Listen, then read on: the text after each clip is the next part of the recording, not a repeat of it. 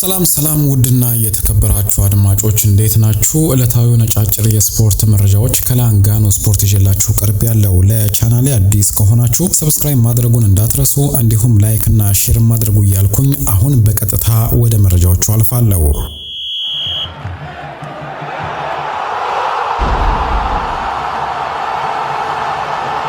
ክርስቲያኖ ሮናልዶ አዲስ ኮንትራት ከክለቡ ጋር ተፈራርሟል። እስከ 2027ም ከአልናስር ጋር የሚቆይ ነው የሚሆነው። ተጫዋቹ ክለቡን ይለቃል ተብሎ ሲጠበቅ ነበር፣ ነገር ግን በክለቡ ለመቆየት ወስኗል። ወደ ሌላኛው የሳውዲ ክለብም ያመራል ተብሎ ሲጠበቅ ነበር፣ ነገር ግን የ40 ዓመቱ ክርስቲያኖ ሮናልዶ ለተጨማሪ 2 ዓመታት ከአልናስር ጋር ለመቆየት ወስኗል። ተጫዋቹ ዘንድሮ በሁሉም ውድድሮች በ41 ጨዋታ ላይ ተሰልፎ ተጫውቶ 35 ጎሎችን አስቆጥሮ 4 ጊዜ ደግሞ አሲስት ማድረግ ችሏል። አሁንም ታዲያ ለተጨማሪ 2 ዓመት እዛው በአልናስር ለመቆየት ወስኗል።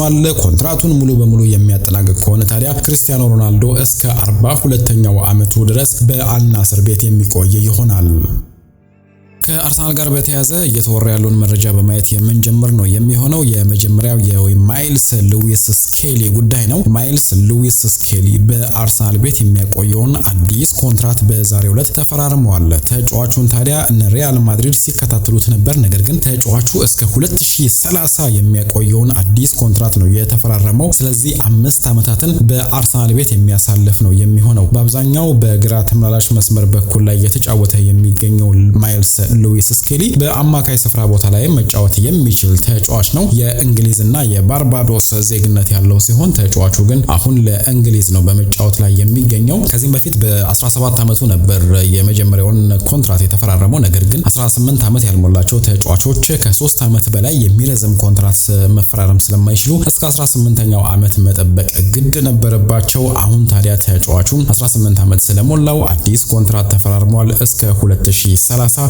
ክለቡ የሚቆይ ነው የሚሆነው። ተጫዋቹ የመጀመሪያውን ጨዋታ ዘንድሮ ለዋናው ቡድኑ ከማንቸስተር ሲቲ ጋር በተደረገው ጨዋታ ላይ ነበር ያደረገው፣ 2 አቻ በተለያዩበት ጨዋታ ላይ ማለት ነው። ከዛ በኋላም ታዲያ በፕሪሚየር ሊጉም የመጀመሪያውን ጎል ማስቆጠር የቻለው ከማንቸስተር ሲቲ ጋር ኤምሬትስ ስቴዲየም ላይ የተደረገው ጨዋታ ላይ ነበር። በመጨረሻም ኮንትራቱን አራዝሟል። ከአርሰናል ጋር የሚቆይ ነው የሚሆነው። አርሰናሎች ታዲያ በዚህ ሳምንት ውስጥ ከዝውውር ጋር በተያያዘ ፈጠን እያሉ ያለ ነው የሚመስለው። ከተከላካይ መስመሩ ጋር በተያያዘ ታዲያ አርሰናሎች አሁን ከሌላ ተጫዋች ጋር ንግግር መጀመራቸው እየተገለጸ ይገኛል። በአሁኑ ሰዓት ለቫሌንሺያ እየተጫወተ የሚገኘው ክሪስቲያን ሞስኬራን ለማስፈረም አርሰናሎች በከፍተኛ ሁኔታ እየሰሩ ይገኛሉ ሲል ፋብሪዚዮ ሮማኖ ዘግቧል። ወጣት ተጫዋች ነው። ይህንን ወጣት ተጫዋች ከቫሌንሺያ ለማስፈረም ነው እንቅስቃሴ የጀመሩት።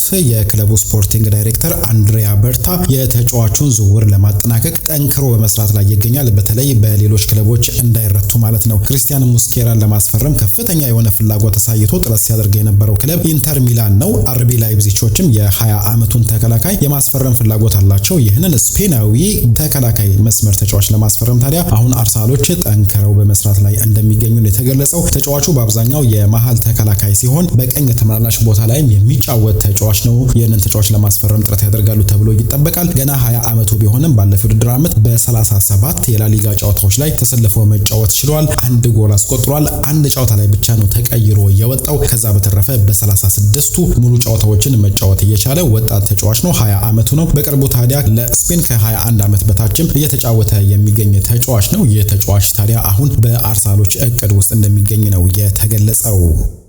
እዛው ከአርሰናል ጋር በተያያዘ ታዲያ ክለቡን የሚለቁ ተጫዋቾችም እንደሚኖሩ ነው የሚጠበቀው። ፉልሃሞች 2 ተጫዋቾችን ከአርሰናል ለመውሰድ እያቀዱ እንደሚገኙ ተገልጿል። ያለፈውን የውድድር ዓመት በውሰት ከነሱ ጋር ያሳለፈውን ሪስ ኒልሰን እንዲሁም የተከላካይ መስመር ተጫዋች የሆነውን ኦሌክዛንደር ዚንቼንኮን የመውሰድ ፍላጎት እንዳላቸው ተገልጿል። ሪስ ኒልሰን ባለፈው የውድድር ዓመት ከፉልሃም ጋር ነበር ያሳለፈው፣ ነገር ግን በኋላ ላይ በጉዳት ምክንያት ወደ ክለቡ አርሰናል ተመልሷል። ተጫዋቹ አሁንም ቢሆን ታዲያ በአርሰናል ቤት ይቆያል ተብሎ አይጠበቅም። ፉልሃሞችም ይህንን እድል በመጠቀም ተጫዋቹን ለማስፈረም ማቀዳቸው ነው እየተገለጸ የሚገኘው። 12 ተጫዋቾች ላይ ተሰልፎ ተጫውቶ 1 ጎል አስቆጥሮ 1 ጊዜ አሲስት ማድረግ ችሏል። በካራባኦ ካፕም 1 ጎል ማስቆጠር ችሎ ነበር። በአርሰናል ቤት ያለው ኮንትራት እስከ 2027 ያቆየዋል። ነገር ግን አሁን ተጫዋቹ በቋሚነት ክለቡን ይለቃል ተብሎ ነው የሚጠበቀው። ተጫዋቹ ወደ ፉልሃምም ያመራል ተብሎ ይጠበቃል። ሌላኛው ክለቡን ይለቃል ተብሎ የሚጠበቀው ተጫዋች ኦሌክዛንደር ዚንቼንኮ ነው። ከኦሌክዛንደር ዚንቼንኮ ከሊቨርፑል ጋር በተያያዘ የኤሲ ሚላን ስምም እየተጠቀሰ ይገኛል። ኤሲ ሚላኖች ተጫዋቹን ለማስፈረም ከፍተኛ የሆነ ጥረት በማድረግ ላይ ነው የሚገኙት። እንዲሁም የጣሊያኖቹ ጁቬንቱስና ቦሩሲያ ዶርትሙንድም የተጫዋቹን ሁኔታን በቅርበት ነው እየተከታተሉ የሚገኙት። ተጫዋቹ በቀጣይ ዓመት ኮንትራቱ ስለሚጠናቀቅ አርሰናሎች አሁን ይሸጡታል ተብሎ ይጠበቃል። ዘንድሮ በፕሪሚየር ሊጉ 15 ጨዋታዎች ላይ ነው ተሰልፎ መጫወት የቻለው። አብዛኛውን ታዲያ እየተቀየረ ነው ወደ ሜዳ የገባው። ኦሌክዛንደር ዚንቼንኮ በፉልሃሞች እቅድ ውስጥም እንደሚገኝ ነው የተገለጸው። ከሊቨርፑል ጋር በተያያዘ እየተወራ ያለውን መረጃ እንመልከት። ሊቨርፑሎች ሚሎስ ኬርኬዥን ማስፈረማቸውን በዛሬው ዕለት ይፋ አድርገዋል። ለተጫዋቹ ዝውውርም 40 ሚሊዮን ፓውንድ መክፈላቸውን የተገለጸው ሚሎስ ኬርኬዥ ለእንግሊዙ ትልቅ ክለብ ለመፈረም በመቻሌና ለሊቨርፑል ለመጫወት እድል በማግኘቴ ደስተኛ ነኝ። ዛሬ ከምንም በላይ በጣም ደስታ ይሰማኛል። ለዚህ ለትልቅ ክለብ በአውሮፓም በእንግሊዝ ላለው ለትልቁ ክለብ ለመጫወት እድሉን በማግኘቴ ደስ ብሎኛል። አሁን ወደ ሀገሬ ተመልሼ የተወሰኑ ቀናትን በሀገር ቤት አሳልፋለሁ። ከዛ በኋላ ከቡድኑ ጋር ተመልሼ ለመጫወት ጓጉቻለሁ ሲል ነው ሚሎስ ኬርኬዥ የተናገረው። ሚሎስ ኬርኬዥ ታዲያ በዚህ በክረምት የዝውውር መስኮት ወደ ሊቨርፑል የመጣ አምስተኛው ተጫዋች ሆኗል። በእርግጥ አንደኛው ባለፈው ዓመት የፈረመ ተጫዋች ነው። ሁለት ተጫዋቾች ከባየር ሊቨርኩሰን ጀሬሚ ፍሪምፖንግ እና ፍሎሪያን ቪትስ የመጡ ሲሆን እንዲሁም የሀገሩ ልጅ የሆነው አርሚን ፔክሲ ፈርሟል። ከዛ በተረፈ ግብ ጠባቂው ጆርጂ ማማርዳሽቪሊም ባለፈው ክረምት መፈረሙ ይታወቃል። እነዚህ አራቱ ተጫዋቾች አስቀድመው የሊቨርፑል ንብረት መሆናቸው የተረጋገጠ ተጫዋች ሲሆን አሁን ሚሎስ ኬርኬዥም ኮንትራቱን ፈርሟል። ከዛሬ ጀምሮ ታዲያ የክለቡ ተጫዋች መሆኑ ተገልጿል። ሊቨርፑሎች በዘንድሮ የዝውውር መስኮት ከፍተኛ የሆነ እንቅስቃሴ ነው በማድረግ ላይ የሚገኙት። እዚሁ ከሊቨርፑል ጋር በተያያዘ የአጥቂ መስመሩን ጉዳይ እንመልከት። በተለይ የአሌክዛንደር ኢሳቅ ስም ነው እየተነሳ የሚገኘውና ከአሌክዛንደር ኢሳቅ ጋር በተያያዘ እንዲሁም ከሊቨርፑልና ከኒውካስል ዩናይትድ ጋር በተያያዘ ያለውን ነገር እንመለከታለን። የመጀመሪያው ነገር ኒውካስል ዩናይትዶች የተጫዋቹን ወኪል እንዲሁም ተጫዋቹንም ማነጋገር እንደሚፈልጉ ነው የተገለጸው። የተጫዋቹን ኮንትራት ማራዘም ይፈልጋሉ። አዲስ ኮንትራት ሊሰጡት ይፈልጋሉ። ኒውካስሎች ታዲያ በሻምፒዮንስ ሊግ የሚያሳትፋቸውን ውጤት ማስመዝገብ ችለዋል። ስለዚህ ከገንዘብ አንጻርም ተጫዋቹን ለመሸጥ የሚያስገድዳቸው ነገር የለም። ተጫዋቹ ሻምፒዮንስ ሊግን መጫወት ፈልጋለሁ ቢል እንኳን ኒውካስል ዩናይትድ በቀጣይ ዓመት በሻምፒዮንስ ሊግ የመጫወት እድል ስላገኘ ይህንን እንደ ምክንያት ያቀርባል ተብሎ አይጠበቅም። ከዛ በተረፈም ከፒኤስአር ጋር በተያያዘ ከፕሮፊት እና ሰስቴናቢሊቲ ሩልስ ጋር በተያያዘ ማለት ነው ኒውካስል ዩናይትዶች ጥሩ በሚባል ደረጃ ላይ ነው የሚገኙት ካለፈው ዓመት አንጻር ስንመለከተውና ተጫዋቹን የመሸጥ ግዴታ አይኖርባቸውም ባላንሳቸውን ለማስተካከል ማለት ነው። ያለው ነገር ምንድነው? ኒውካስል ዩናይትዶች ተጫዋቹን የክለቡ ከፍተኛ የሆነ ተከፋይ ማድረግ ይፈልጋሉ። ባለፈው ዓመት የካራባኦ ካፕ ዋንጫን ወይም ደግሞ የመጀመሪያ ዋንጫቸውን ከዓመታት በኋላ እንዲያሸንፉ እየረዳቸውን ተጫዋች እንዲሁም በፕሪሚየር ሊጉም 23 ጎሎች ማስቆጠር የቻለውን ተጫዋች ከፍተኛው የክለቡ ተከፋይ ማድረግ ይፈልጋሉ። ስለዚህ ኒውካስል ዩናይትዶች ተጫዋቹንና ወኪሉን አነጋግረው በክለባቸው ማቆየት ነው የሚፈልጉት። በሊቨርፑል በኩል ደግሞ ያለው ሊቨርፑሎች እስካሁን 200 ሚሊዮን ፓውንድ የሚደርስ ገንዘብ በመውጣት ተጫዋቾችን አስፈርመዋል። ከፍተኛ የሆነ ገንዘብ ነው ያወጡትና ተጫዋቾችን ያስፈረሙት ማለት ነው። አሁን ታዲያ ሊቨርፑሎች ከክለባቸው አንድ ተጫዋችን ለማስወጣት ነው እየሰሩ የሚገኙት። ዳርዊን ኑኔዝ ወደ ናፖሊ ያመራል ተብሎ ይጠበቃል። ይህ ተጫዋች ክለቡን ከለቀቀ በኋላ ያለውን ሁኔታ ተረድተው ከዛ በኋላ ሊቨርፑሎች እንቅስቃሴ ሊያደርጉ ይችላሉ ተብሎ ነው የሚጠበቀው። ባለፈው ዓመት ምንም አይነት ገንዘብ ስላላወጡ ወይንም ደግሞ ከፍተኛ የሆነ ገንዘብ አውጥተው ተጫዋቾችን ስላላስፈረሙ ሊቨርፑሎች አሁን ላይ ደህና ገንዘብ አላቸው። ከአሁን በኋላ ራሱ 200 ሚሊዮን ፓውንድ የሚጠጋ ገንዘብ አውጥተው ተጫዋቾችን ማስፈረም እንደሚችሉ የተገለጸውና ኒውካስል ዩናይትዶች ለአሌክዛንደር ኢሳቅ ከፍተኛ የሆነ የዝውውር ሂሳብ ቢጠይቁ እንኳን ሊቨርፑሎች ለመክፈል እንደማይቸገሩ ነው የተገለጸውና ያለው ሁኔታ ይህ ነው። ተጫዋቹ ምን ይወስናል የሚለውን ነገር ወደፊት የምንመለከት ነው የሚሆነው። አሁን ላይ በትራንስፈር ማርኬት 120 ሚሊዮን ዩሮ የተገመተ ተጫዋች ነው። በክለቡ እስከ 2028 የሚያቆይ ኮንትራት አለው። ዘንድሮ በሁሉም ውድድሮች 27 ጎሎችን ማስቆጠር ችሏል። በፕሪሚየር ሊጉ 34 ጨዋታዎች ላይ ተሰልፎ የተጫወተው የተወሰኑ ጨዋታዎችን እየተቀየረ ወጥቷል። እንዲሁም መሰለፍም ያልቻለበት አጋጣሚ አለ ከጉዳት ጋር በተያያዘ ማለት ነው። ነገር ግን ሊቨርፑሎች የዚህን ተጫዋች ሁኔታን በቅርበት ነው እየተከታተሉ የሚገኙት። ከዳርዊን ኑኔዝ ጋር በተያያዘ ታዲያ ተጫዋቹን ለመሸጥ ነው ሊቨርፑሎች እየሰሩ የሚገኙት። ተጫዋቹ ወደ ናፖሊ የመዘዋወር ፍላጎት አለው። ናፖሊና ሊቨርፑል በተጫዋቹ ዝውውር ጉዳይ ላይ እየተነጋገሩ ይገኛሉ። ሊቨርፑሎች ታዲያ 65 ሚሊዮን ዩሮ እንዲከፈላቸው ይፈልጋሉ ለተጫዋቹ ዝውውር። በዚህ ጉዳይ ላይ ናፖሊና ሊቨርፑሎች እየተነጋገሩ ይገኛሉ። የተጫዋቹ ሁኔታ ወይም ደግሞ የተጫዋቹ የዝውውር ጉዳይ በምን መልኩ እንደሚቀጥል እንመለከታለን። ከዛ በኋላ ሊቨርፑሎች ተጫዋቹን ከሸጡ በኋላ ወደ አሌክዛንደር ኢሳቅን ፊታቸውን ሊያዞሩ እንደሚችሉ ነው የተገለጸው። ከማንቸስተር ዩናይትድ ጋር በተያያዘ መጀመሪያ ላይ የምናገኘው የብሪያን ኤምቦሞን ጉዳይ ነው። ከብሪያን ኤምቦሞ ጋር በተያያዘ ማንቸስተር ዩናይትዶች ተጫዋቹን ለማስፈረም ጥረታቸውን ጀምረዋል። አዲስ የዝውውር ሂሳብ አቅርበውም ከብሬንትፎርድ ምላሽን በመጠባበቅ ላይ ነው የሚገኙት። በአዲሱ ሂሳባቸው መሰረት ታዲያ ማንቸስተር ዩናይትዶች 55 ሚሊዮን ፓውንድ ቀጥተኛ ክፍያ ለመክፈል ተስማምተዋል ወይም ደግሞ አቅርበዋል። ነገር ግን ከአዶንሱ ጋር በተያያዘ ስምምነት ላይ እንዳልደረሱ ነው ስታንዳርድ ስፖርት የዘገበው። በተሻለ መጠን ብሬንትፎርዶች 7 ሚሊዮን ፓውንድ ተጨማሪ አዶንስ እንዲኖረው ይፈልጋሉ። ማንቸስተር ዩናይትዶች ለማቲዩስ ኩኛ ከከፈሉት ገንዘብ በላይ ለብሬንትፎርድ እንዲከፍል ይፈልጋሉ ብሬንትፎርዶችና በዚህ ጉዳይ ላይ ነው እየተነጋገሩ የሚገኙት። እንዲሁም አዶንሱ ሊሳካ የሚችል መሆን አለበት። በዚህ ጉዳይ ላይ ነው እየተነጋገሩ የሚገኙት። ከዛ በተረፈ ግን ዩናይትዶች የብሪያን ኤምቦሞን ዝውውር ለማጠናቀቅ ጠንክረው ነው በመስራት ላይ የሚገኙት። እዛው ማንቸስተር ዩናይትድ ጋር ስንቆይ የጀደን ሳንቾን ጉዳይ እናገኛለን። ጀደን ሳንቾ አሁን ወደ ጁቬንቱስ ሊዘዋወር እንደሚችል ነው እየተገለጸ የሚገኘው። ስካይ ኢታሊያ ይዞት የወጣው መረጃ እንደሚያመላክተው ከሆነ ጁቬንቱሶች ተጫዋቹን ለመጥለፍ እያደረጉት ያለውን ጥረት አጠናክረው በመቀጠል አሁን ከተጫዋቹ ጋር በተያያዘ ከማንቸስተር ዩናይትድ ጋር በተጫዋቹ ዝውውር ጉዳይ ላይ ለመስማማት መቃረባቸው ነው እየተገለጸ የሚገኘው። ምናልባትም በቀጣይ ሰዓታት ውስጥ ስምምነት ላይ ሊደረስ ይችላል ሲል ነው ስካይ ኢታሊያ የዘገበው። ይህ መረጃ ስመለከተው ማለት ነው። ያው መረጃው እናንተ ጋር ሲደርስ የት ደረጃ ላይ ደርሷል የሚለው ነገር በኋላ የሚታይ ነው የሚሆነው። ነገር ግን አሁን ጁቬንቱሶች ከተጫዋቹ ጋር በተያያዘ ከማንቸስተር ዩናይትድ ጋር ስምምነት ላይ ለመድረስ መቃረባቸው ነው እየተገለጸ የሚገኘው። ከማርከስ ራሽፎርድ ጋር በተያያዘም ታዲያ ኒውካስል ዩናይትዶች ተጫዋቹን ለማስፈረም ጥረት ያደርጋሉ ተብሎ ይጠበቃል። ነገር ግን ኒውካስል ዩናይትዶች መጀመሪያ ላይ ሌሎች ተጫዋቾች ላይ እንደሚያተኩሩ ነው የተገለጸው። ሌሎች ኢላማዎቻቸውን ማሳካት የማይችሉ ከሆነ ወደ ማርከስ ራሽፎርድ ሊመጡ እንደሚችሉ ነው የተዘገበው። በተለይ ጆ ፔድሮን ለማስፈረም ጥረት እያደረጉ ይገኛሉ ከብራይተን። ተጫዋቹ ወደ ቼልሲ ሊያመራ ይችላል የሚሉ መረጃዎች ናቸው በመውጣት ላይ የሚገኙት። በዚህም መሰረት ተጫዋቹ ወደ ቼልሲ የሚያመራ ከሆነ ኒውካስል ዩናይትዶች ማርከስ ራሽፎርድ ሊያስፈርሙት ይችላሉ። አሁን ላይ ባለው ሁኔታ ግን ተጫዋቹ በተቻለው መጠን እስከ ዝውውር መስኮቱ መጨረሻ ጠብቆ ወደ ባርሴሎና የሚዘዋወርበትን መንገድ ይፈልጋል ተብሎ ይጠበቃል። በመቀጠል የቼልሲን ጉዳይ እንመልከት። ቼልሲዎች አንድ ተጫዋች ለማስፈረም ጥረት በማድረግ ላይ ይገኛሉ። ጄሚ ጊተንስን ከቦሩሺያ ዶርትሙንድ ማለት ነው። አሁንም ንግግሮች ቀጥለዋል። ዛሬም በንግግር ላይ እንደሚገኙ ነው የተዘገበው። እስካሁን ግን ስምምነት ላይ መድረስ አልቻሉም። ተጫዋቹን ለማስፈረም ከፍተኛ የሆነ ጥረት ነው ቼልሲዎች በማድረግ ላይ የሚገኙት። እዛው አሜሪካ ነው ያሉትና ቼልሲም ቦሩሺያ ዶርትሙንድ ማለት ነው ከተጫዋቹ ጋር በተያያዘ ንግግሮች ቀጥለዋል። ተጫዋቹ በትናንትናው ዕለት ከተደረገው ስብስብ ውጪ እንዲደረግ ተደርጓልና ወደ ቼልሲ እየተቃረበ እንደሚገኝም ነው የተገለጸው። ይሁንና ተጫዋቹ አሁን ቢፈርምም እንኳን ለቼልሲ መጫወት አይችልም በዓለም ክለቦች ዋንጫ ላይ ማለት ነው። ከነገ ጀምሮ በክለብ ዓለም ዋንጫ ላይ እየተሳተፉ ያሉ ክለቦች አዳዲስ ተጫዋቾችን ካስፈረሙ ማስመዝገብ ይችላሉ ከነገ ጀምሮ እስከ ጁላይ 3 ባለው ጊዜ ውስጥ ማለት ነው። ነገር ግን የሚያስፈርሙት ተጫዋች በዚህ ውድድር ላይ ያልተሳተፈ ተጫዋች መሆን ይኖርበታል። ጄሚ ጊተንስ ከቦሩሺያ ዶርትሙንድ ጋር ሆኖ በዚህ ውድድር ላይ አንድ ጨዋታ ላይ ተሰልፎ ተጫውቷል።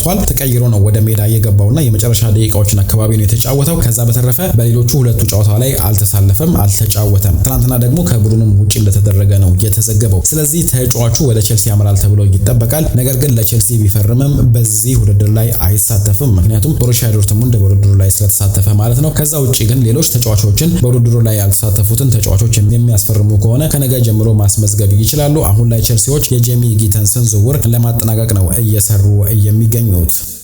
ኮሞዎች ሁለት ተጫዋቾችን ከኤሲ ሚላን ለማስፈረም በንግግር ላይ ይገኛሉ። አንደኛው ማሊክ ታው ነው። ከማሊክ ታው ጋር በተያያዘ ስምምነት ላይ መድረሳቸው ነው የተገለጸው። 25 ሚሊዮን ዩሮ ለተጫዋቹ ዝውውር የሚከፍሉ ይሆናል ማለት ነው።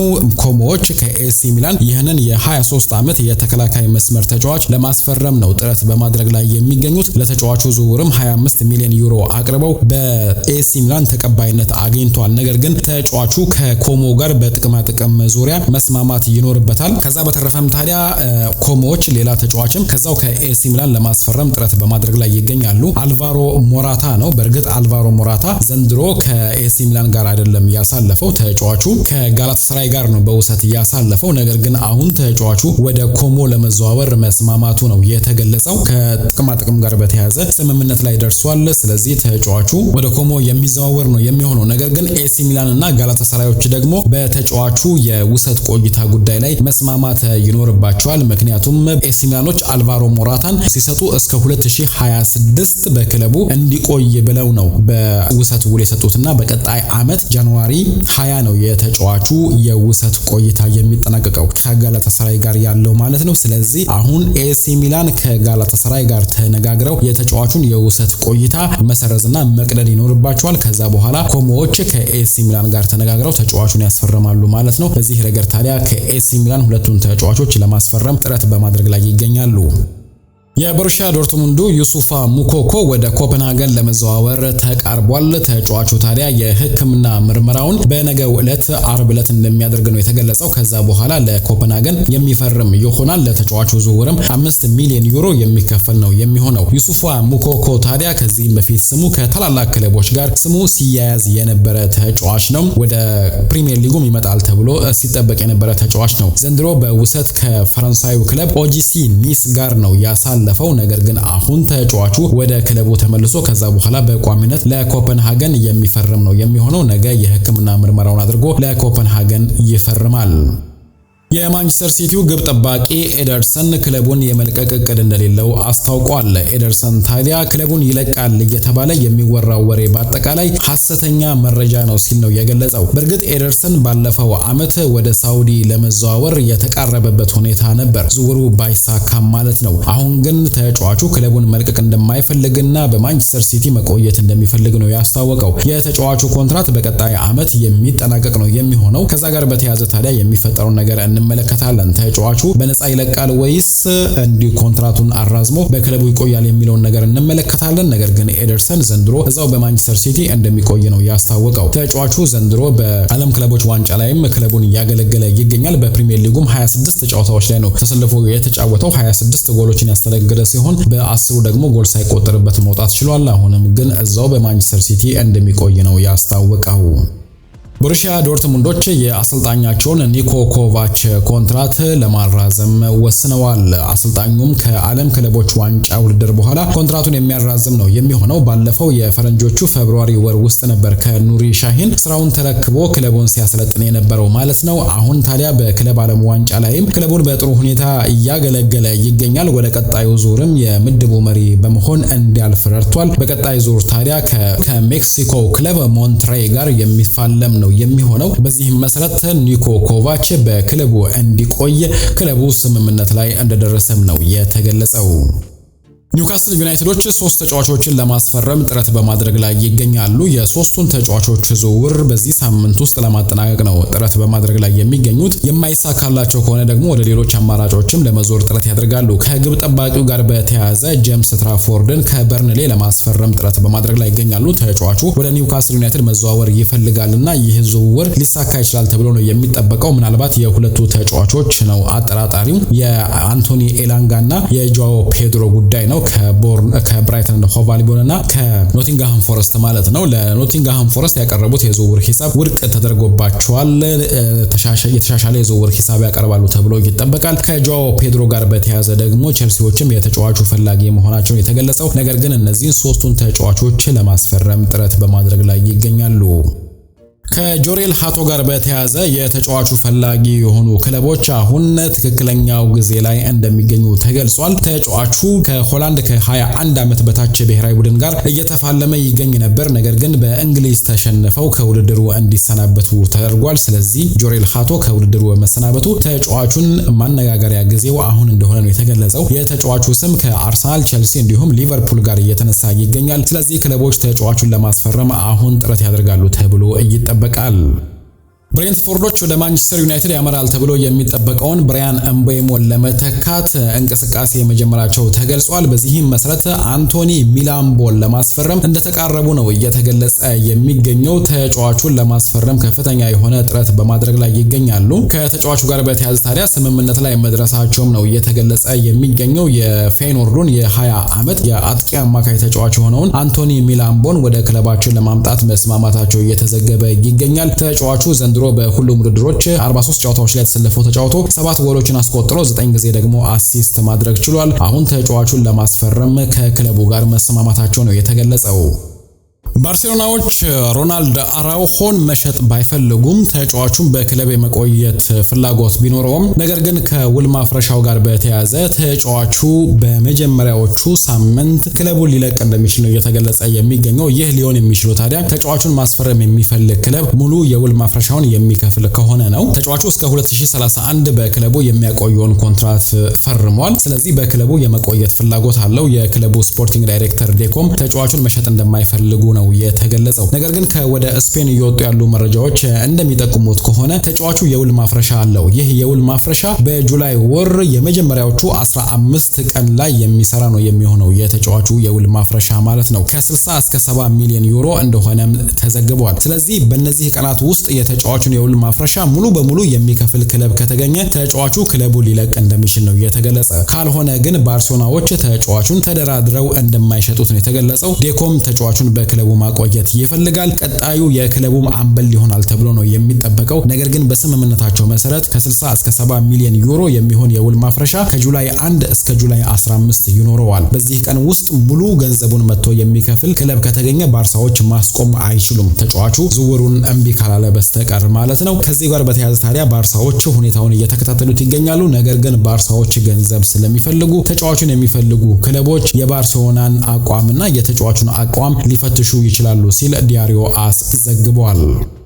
የሪያል ማድሪዱ ግብ ጠባቂ አንድሬ ሉኒን ክለቡን በቋሚነት የመልቀቅ ፍላጎት እንደሌለው እየተገለጸ ይገኛል። ተጫዋቹ እዛው በሪያል ማድሪድ የመቆየት ፍላጎት እንዳለው ነው የተገለጸው። ተጫዋቹ እስከ 2030 የሚያቆየውን ኮንትራት ባለፈው ዓመት ነበር የተፈራረመው። ስለዚህ በክለቡ ይቆያል ተብሎ ነው የሚጠበቀው። ሪያል ማድሪዶች ተጫዋቹን ለመልቀቅ ፈቃደኛ መሆናቸውም እየተገለጸ ይገኛል። ነገር ግን ተጫዋቹ እዛው በሪያል ማድሪድ መቆየት እንደሚፈልግ ነው የተገለጸው። ቲቦ ኮርቷ 33ኛው ዕድሜ ላይ ይገኛል። ምናልባትም ተጫዋቹ በቀጣይ ዓመታት ውስጥ ክለቡ ሊለቅ ይችላል የሚል ግምት ነው ያለው። ስለዚህ በዛን ጊዜ የክለቡን ግብ ጠባቂነት ረከባለሁ የሚል እምነት ስላለው አንድሬ ሉኒን ክለቡን መልቀቅ እንደማይፈልግ ነው የተገለጸው። ከአንድሬ ሉኒን ጋር በተያያዘ ታዲያ ማንቸስተር ዩናይትድን ጨምሮ ሌሎች ክለቦችም የተጫዋቹን ሁኔታን እየተከታተሉ ይገኛሉ። የክለብ ዓለም ዋንጫ ዛሬ ሲቀጥል ቀሪ አላፊ ክለቦችንም የምናውቅ ነው የሚሆነው። በዚህም መሰረት በምድብ ጂ ጁቬንቱስ ከማንቸስተር ሲቲ እንዲሁም ዋይዳድ ካዛብላንካ ከዩናይትድ አረብ ኤምሬትሱ አልኤን ጋር የሚያደርጉት ጨዋታ ይደረጋል። በእርግጥ ከዚህ ምድብ አላፊውም ወዳቂውም ታውቋል። ነገር ግን የምድቡ መሪ ሆኖ ወደ ቀጣዩ ዙር የሚያልፈውን ክለብ ለማወቅ ነው የምሽቱን ጨዋታም የምንጠባበቀው ማለት ነው። ጁቬንቱስና ማንቸስተር ሲቲ እኩል 6 ነጥብ አላቸው። በጎል ክፍያ ተበላልጠው ጁቬንቱስ አንደኛ፣ ማንቸስተር ሲቲ ሁለተኛ ላይ ነው የሚገኘው። አላፊው ክለብ ታዲያ የምድቡ መሪ ሆኖ የሚያልፍ ሲሆን አቻ ውጤት ለጁቬንቱስ በቂ ነው የሚሆነው። ዋይዳድ ካዛብላንካና አልኤን ግን ከውድድሩ ተሰናብተዋል። ሌላው ከእኩለ ሌሊት በኋላ የሚደረገው የምድብ ኤች ጨዋታ ነው። በዚህ ምድብ አልሂላል ከፓቹካ እንዲሁም ኤፍሲ ሳልዝቡርግ ከሪያል ማድሪድ ጋር ጨዋታቸውን የሚያደርጉ ይሆናል። ፓቹካ ከውድድሩ ተሰናብቷል። ሌሎቹ ክለቦች ናቸው ታዲያ ወደ ቀጣዩ ዙር ለማለፍ የሚፎካከሩት። በተለይ ኤፍሲ ሳልዝቡርግ ከሪያል ማድሪድ ጋር የሚያደርጉት ጨዋታ በከፍተኛ ጉጉት እየተጠበቀ ይገኛል። ምድቡን ሪያል ማድሪድ በ4 ነጥብ ይመራል። ሳልዝቡርግም በ4 ነጥብ ቀጣዩን ደረጃ ይዟል። አልሂላል ደግሞ በ2 ነጥብ 3ኛ ደረጃ ላይ ነው ያለው። አልሂላሎች ታዲያ ቀጣዩን ጨዋታ የሚያሸንፉ ከሆነ 5 ነጥብ ይሆናቸዋል። የጎል ክፍያው የሚታይ ይሆናል። ሪያል ማድሪድና ኤፍሲ ሳልዝቡርግ አቻ የሚሆኑ ከሆነ ማለት ነው። በዚህ ረገድ ታዲያ አልሂላሎች የተሻለ እድል ሊኖራቸው ይችላል። ከዛ በተረፈ ግን ኤፍሲ ሳልዝቡርግ አሸንፎ ወደ ቀጣዩ ዙር ለማለፍም ጥረት የሚያደርግ ነው የሚሆነው። ስለዚህ ሁሉም ክለቦች በተለይ ከፓቹካ ውጭ ያሉት ክለቦች ውጤት ይዘው ለመውጣት ዛሬ የሚያደርጉት ትንቅንቅ ይጠበቃል። የጨዋታ ከእኩለ ሌሊት በኋላ የሚደረግ ነው የሚሆነው። እነዚህን ጨዋታዎች እንድትከታተሉ እየጋበዝኩ ለዛሬ ያዘጋጀሁላችሁን በዚሁ አጠናቅቄያለሁ። ደህና ቆዩም።